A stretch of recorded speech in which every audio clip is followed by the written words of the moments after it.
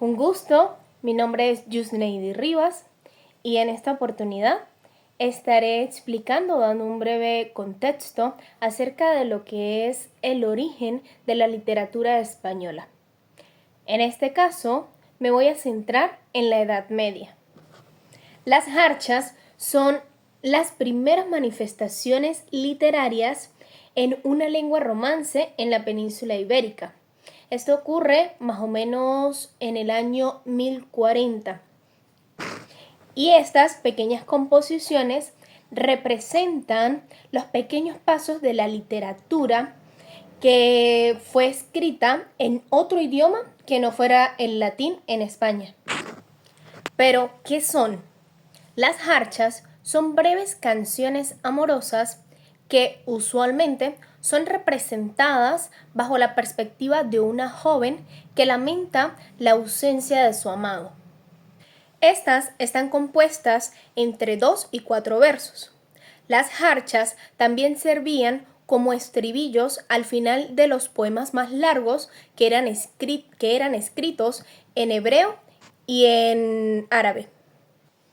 Este género literario muestra cómo las influencias culturales y lingüísticas árabes y cristianas se mezclaban en la península ibérica durante la Edad Media. Conociendo esto, entonces es necesario abordar su contexto histórico. Entonces, ¿cuál es?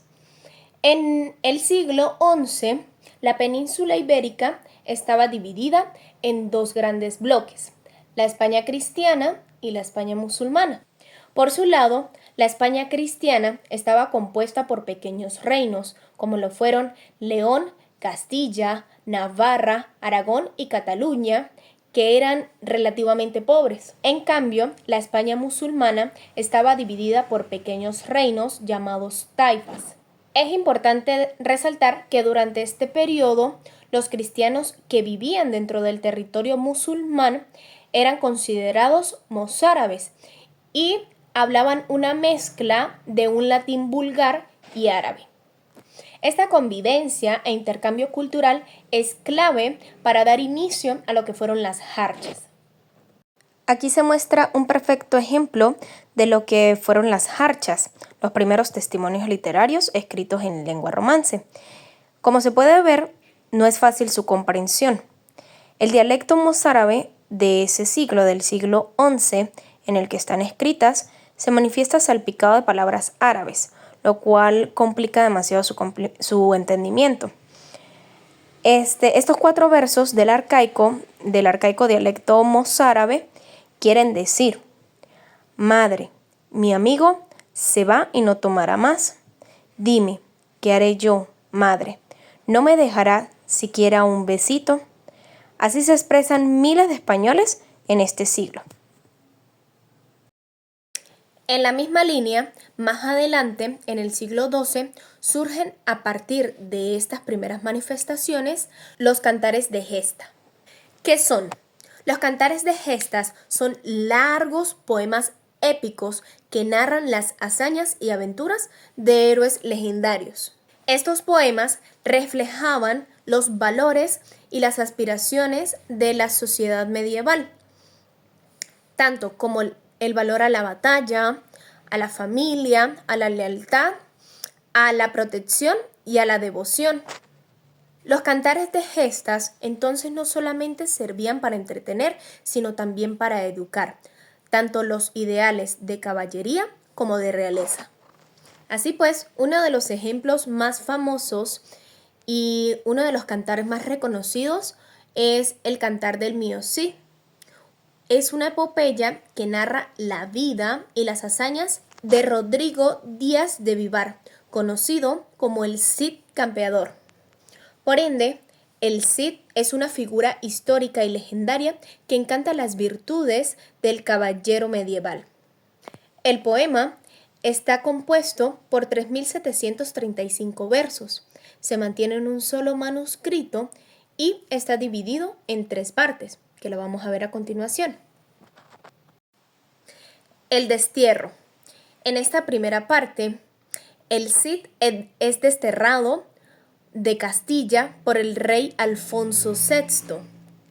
Así, se despide de su esposa y de sus hijas y se dirige a tierras musulmanas con un pequeño grupo de seguidores.